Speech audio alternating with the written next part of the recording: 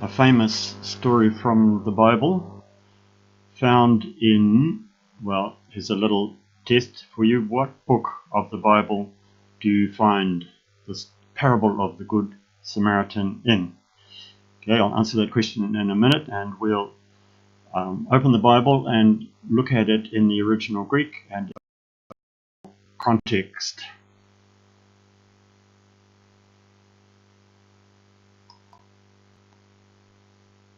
So here it is, Luke. It's found in the Gospel of Luke, not in the other Gospels. In fact, Luke has 15 parables not found in Matthew or Mark or John for that matter. We're going to look at 4 of them: the lost sheep, the lost coin, the prodigal son, and in this lesson, the Good Samaritan. We're going to examine this well-known story in its original language, Greek, and in its original context. So let's get started.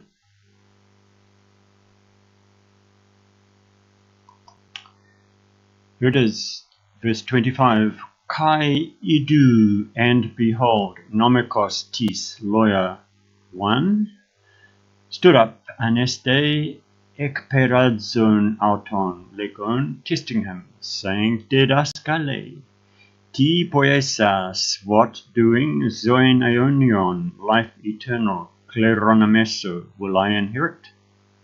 Notice that in Greek we use this semicolon here for what we, in modern punctuation, we use a question mark.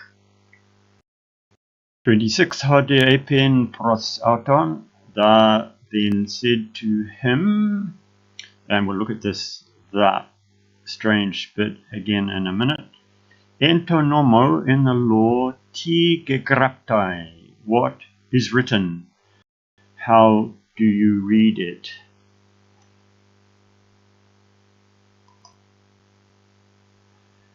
Ha, so here it is, ha. Now, in English we just have one word, that, which in Greek corresponds to several different words, because the Greek word that changes for masculine, feminine, neuter. It also changes for singular, plural, and it also changes for case, whether it's the subject or the object, and so on. So that's why, because this is masculine singular, we know that it just means a single male person. So he, let's say we translate it as he, even though at first approximation it says the, we'll translate it as he. De Apokrites epen, answering, said, Agapeses, you will love, Kurion ton theon, the Lord the God, su your ex, from out of, holes tes cardias, su whole your heart. So these square brackets here mean that this word is not found in some ancient manuscripts.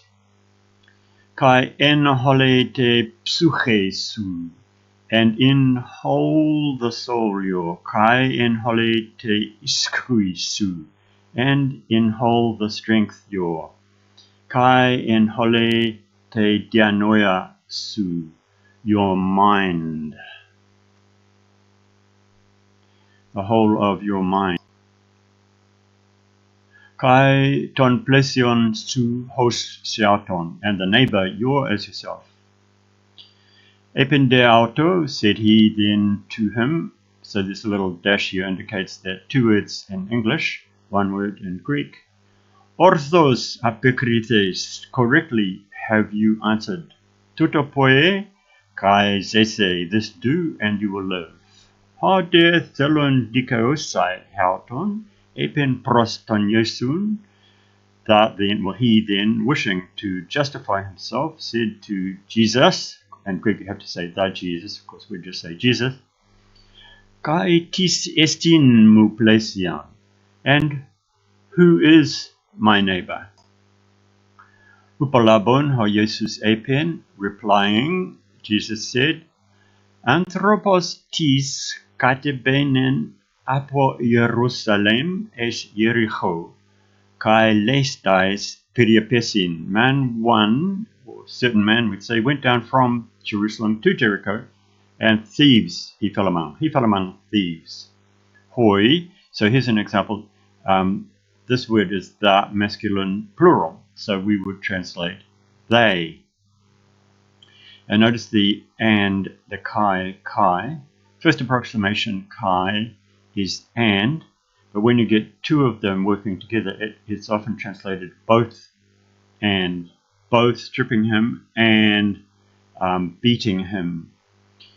But probably in this case that's over-translating a little bit. We'd probably simply say in English, they stripped him and beat him and went off. We would have to put an and there, no and in Greek, and went off aphentes hemithane, leaving him half dead. Katasum kuriande hiereustis, according to happening. So we'd say, probably say it happened. Then a priest, katebainen ente hodo ekene, went down in the way that. Kai idon, seeing him, antiparelten, very interesting word. We'll look some more at it later. Went past on the other side, all these English words, to get that one Greek word, although admittedly a long Greek word. Homoios de kai leuites genomenos kata ton topon elthon kai idon antiparelthen.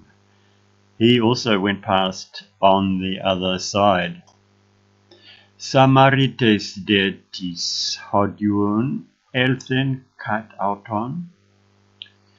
Journeying came upon him, kai idon, and as often happens in Greek, the pronoun is missed out where it has to be said in English.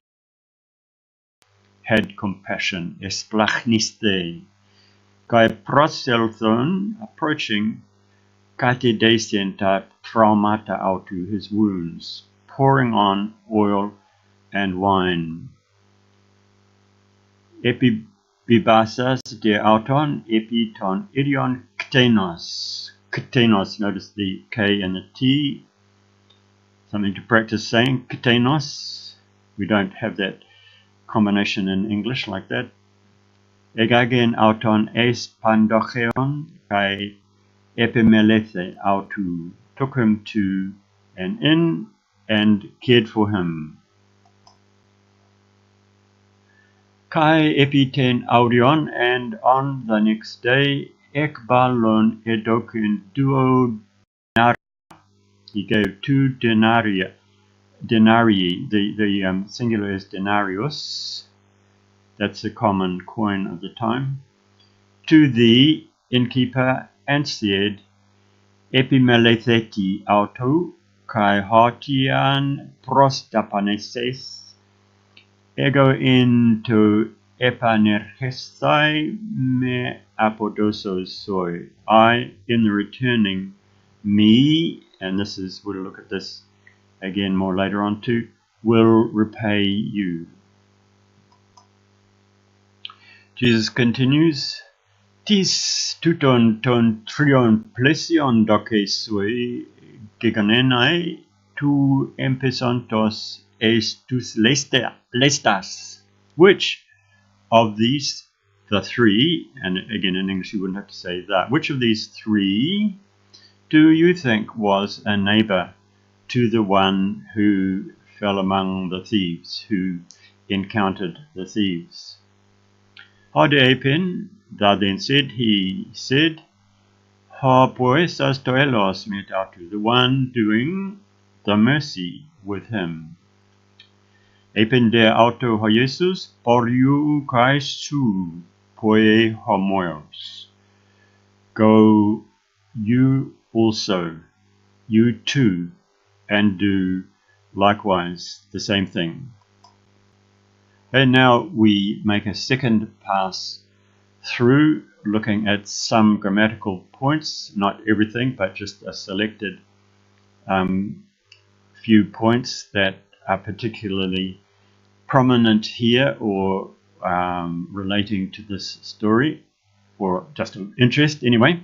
Kai edu, that's Hebrew style, and behold. And in some of the more literal versions, you read that literally translated, and behold. However, interestingly here, this tis is good Greek style. Otherwise, in Hebrew style, you just say one, you just use the word for one. But they've used this word here, which in good English we would translate as a certain. In good English style, we would say a certain lawyer.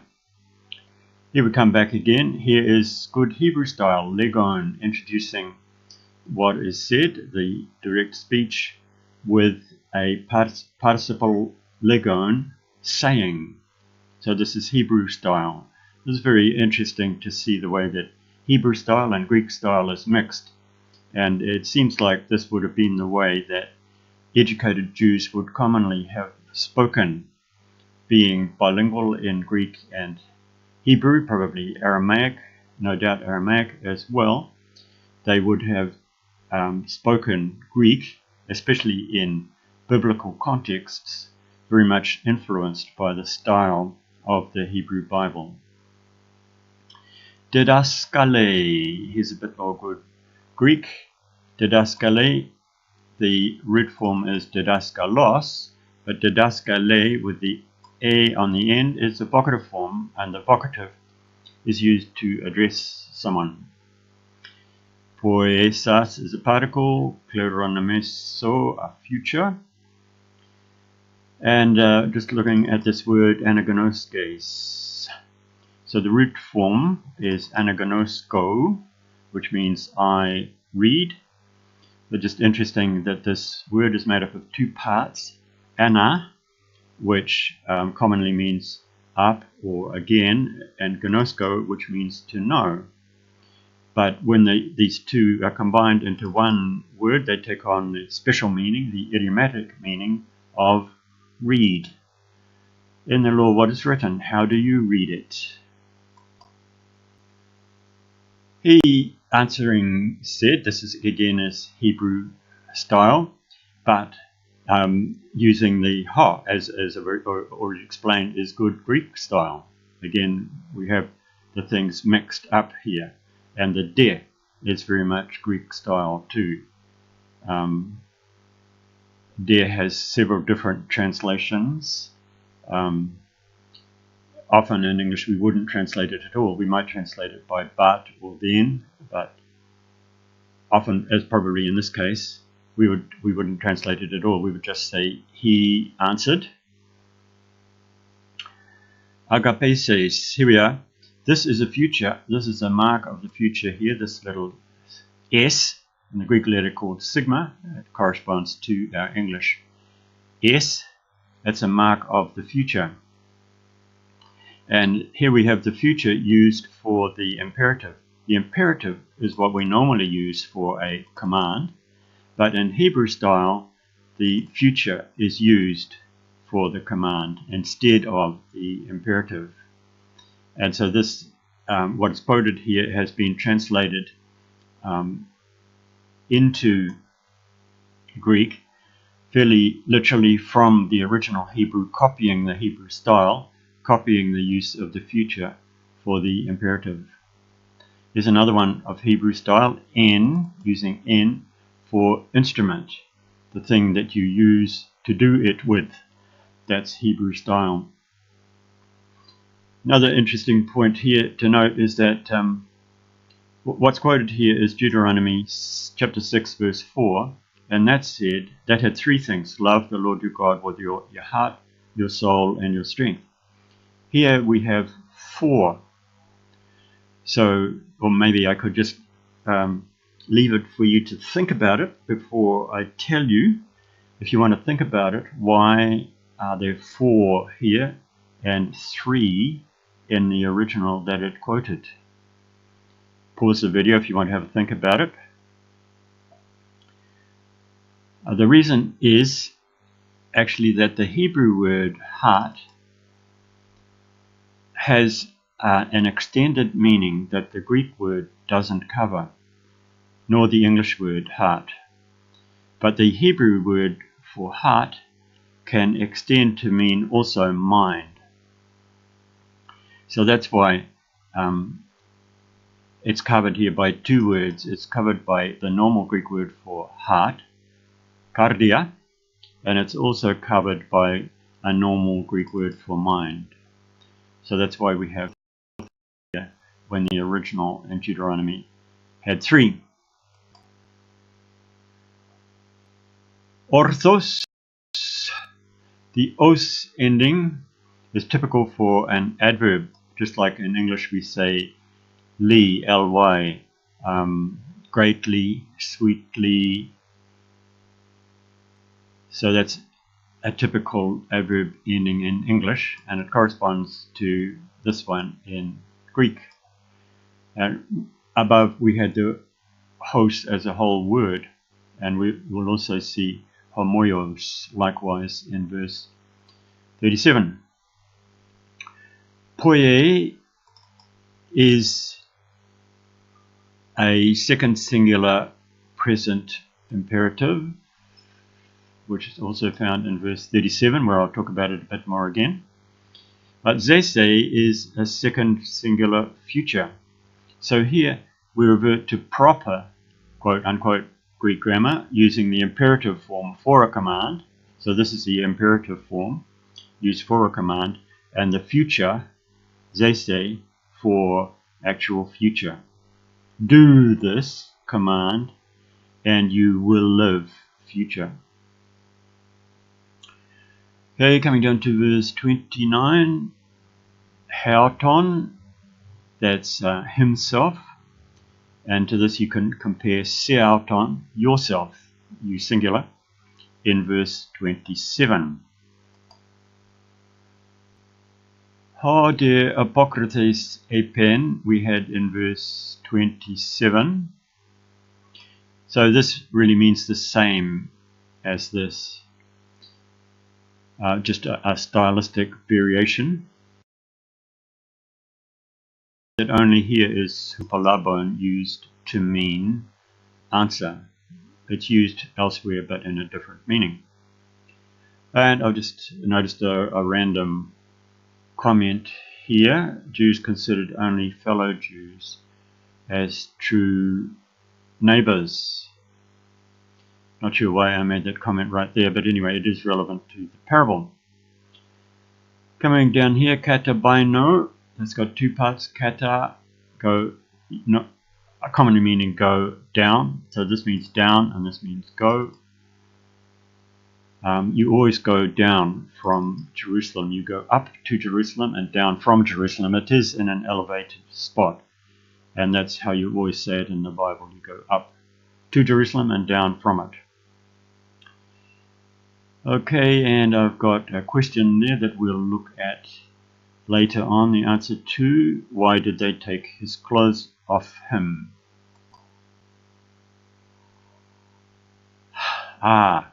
So now we come to this word antiparelthen. So the root form of it is antiparerkamai. So as usual, the root form is the I pass by on the other side. And these are the parts of the word antiparerkamai. Erchamai, I come. Anti, opposite or other side. Para, going by. So this word occurs only here in the New Testament. It's found in just one other place in the full Greek Bible. So that means the New Testament plus the Septuagint, which was the translation into Greek of the Hebrew Bible. So it's found just once in that, but it has a different sense. And I've just noted this, which again is erchamai with two prefixes, which we'll look at in verse 35. So it's interesting finding these verbs with double prefixes. Antiparelthen, So that's what the priest and the Levite did. But this guy, just Elthen, he came. It's very simple. He saw him and felt sorry for him. And now, pros Elthen. So here's Erchamai again. Same root word here, which first approximation meaning is come. This time with pros, so that's meaning to, came up to him. So the others, antiparelthen, and he proselthen, coming up. And just another note here, the wine that he used on his wound would be sterile, unlike any water that he may have or be able to get. And I've got here, note the epi words. Is this significant or just chance?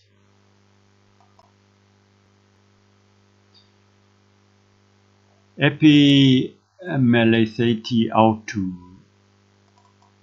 So here's the object of the sentence, but it's put in the genitive. Normally the object would go in the accusative, just like in English the accusative form is him, but in English we do say take care of him.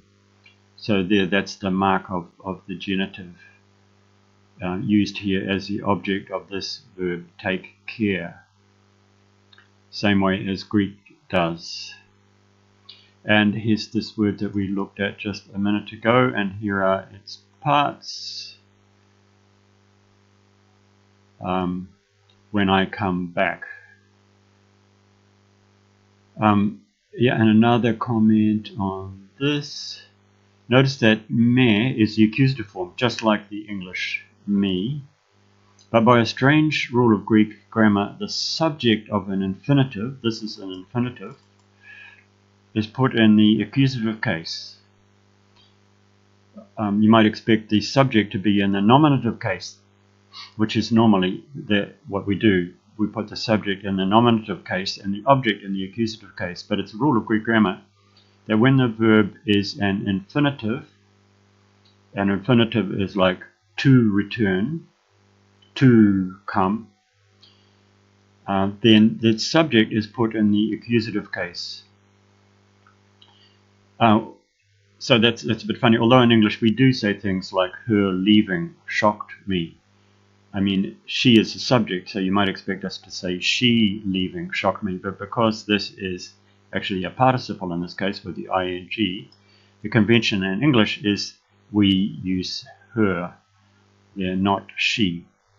This is strange things that grammar does sometimes.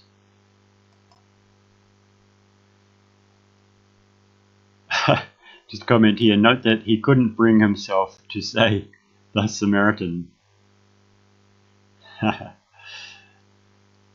Homoios, the os ending is typical for an adverb, and I commented on this in verse 28. And also poie, present imperative, we've already seen this as in verse 28. And something I didn't mention then, because it's a present imperative, that usually in Greek has a continuous meaning, be doing or keep doing, be doing likewise. Although in normal English we'd get it just with the simple form, do likewise. Right, now we make a third pass through this passage. This time we look at English words that derive from the Greek words. So here we have cardiac, cardiology, and psyche gives us psychology and psychic. Notice how the Greek letter psi becomes ps, and as often this vowel, which it really is oo, comes into English as a y for historical reasons that we don't need to worry about, but you'll see it fairly often. Dianoia, so this bit is mind, and we get paranoia, where you're kind of out of your mind. Orthos, orthodox, right teaching. Anthropos, anthropology, study of man. Plagas, and we get this word plague, which was long ago in ancient times and in medieval times. A plague was seen as happening when you're struck, say, by a spirit, a demon. Now here's an interesting one. Hemithane. So this thane is dead, but the hemi is what we're looking at.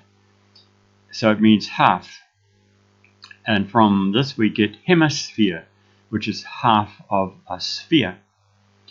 But interestingly, we don't say hemicircle, we say semicircle.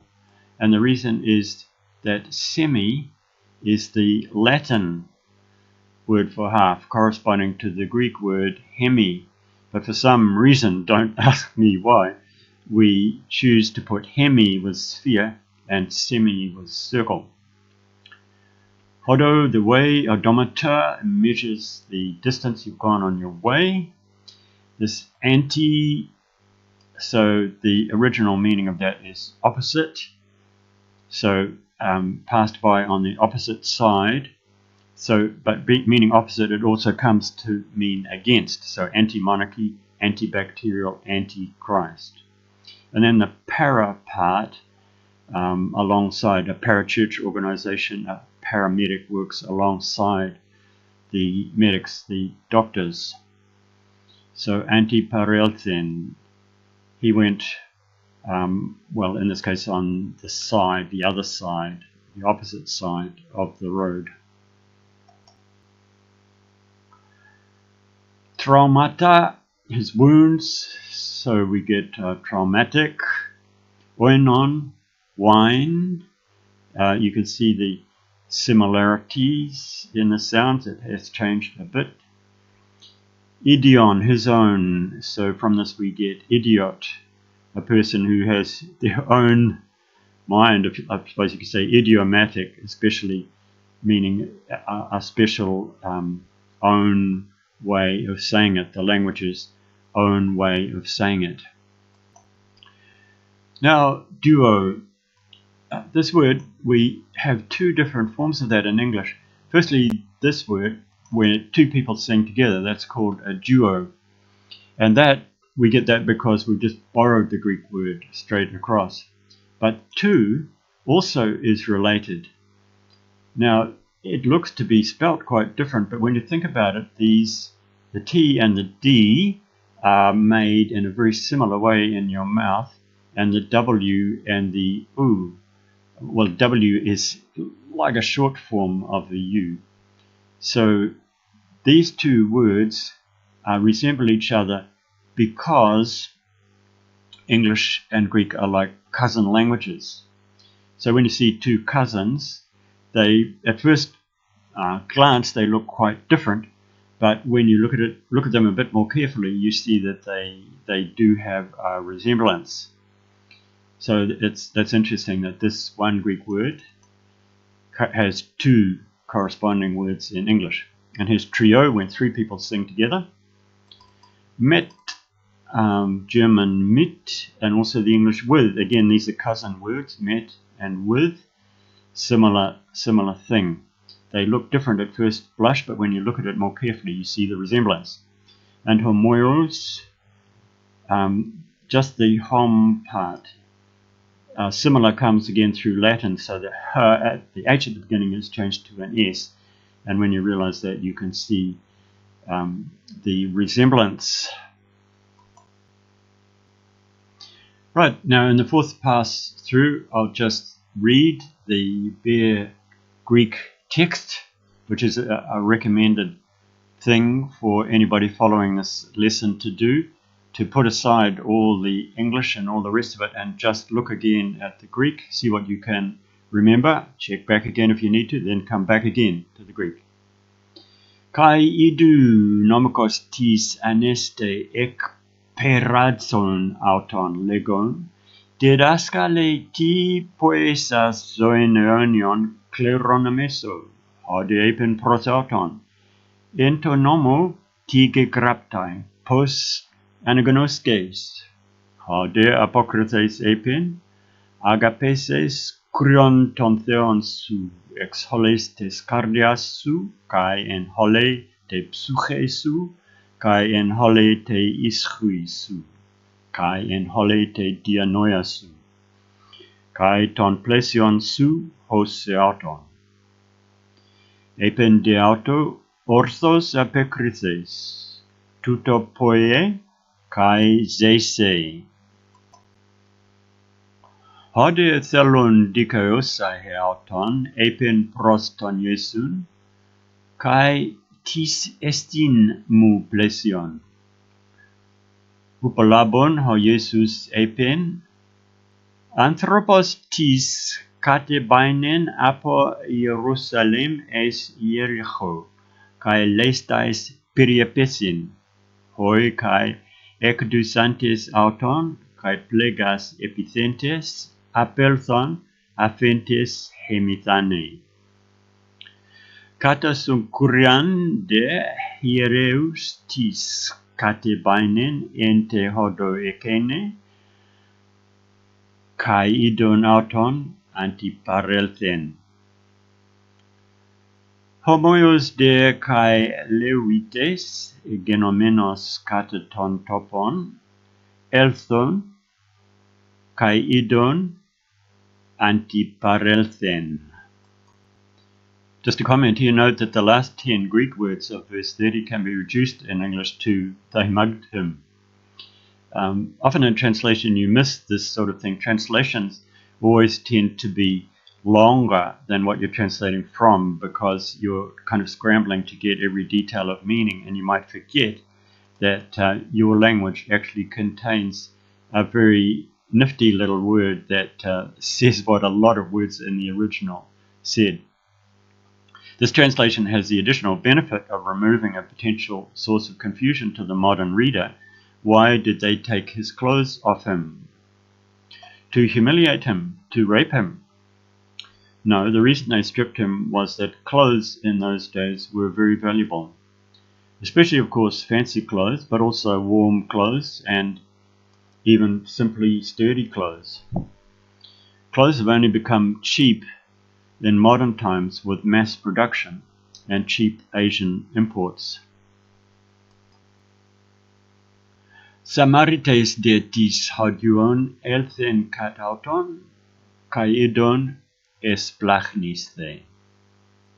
Kai proselthon katedesen ta traumata autu epicheon elion kai oinon, epibabasas de auton epitonidion ktenos. Egagen auton es pandocheon kai epimelethe auton. Kai epitenaurion ekbalon edoken duo denaria to pandoche kai epimeletheti autu kai hoti an prostapaneses ego ento epanerchestai me apodosos soi. Tis tuton ton trion plesion doce soi giganenai tu empesontos est tus lestas. Ha de epen, ha poesas toelios met autu. Epen de auto ho Iesus, poriu u kai su, poie homoios. Note that he couldn't bring himself to say the Samaritan.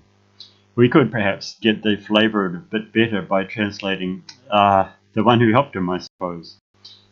The feeling between Jews and Samaritans was a lot more than just friendly rivalry.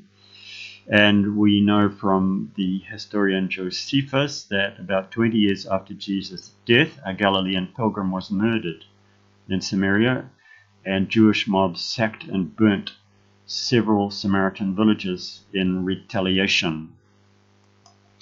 Interesting question here, was this a real event? It seems to be told that way, not like the lost sheep and the lost coin where Jesus says, which of you on losing a sheep, and so on. And this parable is quite specific. It doesn't just say on a journey somewhere, but it specifies the road from Jerusalem to Jericho. And so at least one commentator that I have read says he thinks it was a real event. But I think most commentators say it's a parable, and that Jesus mentioned Jerusalem to Jericho because it was a common journey for priests and Levites, and also the road past some secluded spots where robbers could hide. Anyway, you can make up your own mind about that. An interesting experiment was done not long ago on some students at the Princeton University Theological Seminary. One by one, they were told to go and prepare a talk. On the way, they found themselves passing a needy person, actually an actor. Most of the time, the students proved quite willing to stop and offer help. But the thing that made them much more reluctant to stop was being put under time pressure. As a nice twist, some of them were actually sent to prepare a talk on Luke 10. But this didn't make them any more willing to stop. Another point that I'll just mention in passing here, Jesus also said, "The poor you will always have with you." And in saying that, he established a counter-principle to that of the Good Samaritan parable. So Jesus said that sometimes there are truly more important things to do than help the needy. No exceptions are appended to the parable itself, as that's not Jesus' style. His teaching is always given in stark, strong, and simple, and he doesn't stop to make a list of possible exceptions. Another interesting thing, Philip Pullman, an author of children's books and an atheist, said that kids should be taught the Bible. Jesus was a brilliant storyteller. Stories like the Good Samaritan, you hear them once and you never forget them. You tell them to somebody else and it still has the same effect. True, but one problem is that in modern English, Samaritan has completely different connotations to what it had to a first century Jew. To us, he's a good fellow, a helpful person. The story itself has taught us that. So we talk about a good Samaritan with this Bible story in mind, and when we say a good Samaritan, we mean a good fellow, a helpful fellow. But of course, to a first century Jew, he was a hated enemy of God. So if someone really wants to do yet another translation of this parable into English, I suggest we need to change things a bit. Here's my effort at transculturation rather than a translation. In other words, I've jumped it across into modern culture as well as taking it across into English. One day, one of the religious hierarchy hostile to Jesus came and asked him, "Tell me, how do I qualify for eternal life?" Jesus answered, "Well, what does the Bible say?" He replied, "Love God with all you've got." Notice how the command had heart, soul, mind, and strength. Well, all those things are listed together to mean everything. That's what they mean. And sometimes I think that in making a list, especially in taking the list across just word for word into another language and culture, we can lose the point. The point of that list was to cover everything. So that's why I've said it explicitly in English. Love God with all you've got. And have as much concern for the next fellow as you have for yourself. "You're right," said Jesus. "Do that and you'll qualify." But he wanted to justify his own conduct, so he asked another question. Just exactly who is this next fellow? In reply, Jesus told this story. One day a guy got mugged and was left lying on the side of the road half dead. Shortly afterwards, a Presbyterian minister came along. "Well, look at that poor fellow," he said, "but I've got wall-to-wall meetings today. If he's still there when I come back, I'll do something."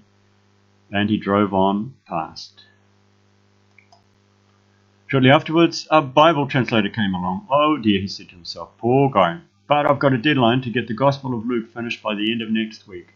What chapter is it today? Must be 11 because we did 10 yesterday." Maybe I'll come back after that's done. And he drove on past. And the guy continued to lie there, occasionally letting out low groans. In a little while, an atheist came along. "Ah, poor guy," he said in an alcohol-slurred voice. And he stopped his car, bundled the guy in, and took him to hospital. You have to remember, this is a third world country. There are hospitals, but no ambulances. He waited with him in the emergency department for 3 hours before he was admitted. The next day, he was the only visitor the guy had. So then, which of these three people really had concern for the man in trouble? The man couldn't bring himself to say the atheist. He said, the bloke who helped him, I suppose. Spot on, said Jesus. Go and do as he did. That's it. What can I add? Nothing. All I can do is say it again. Go and do as he did.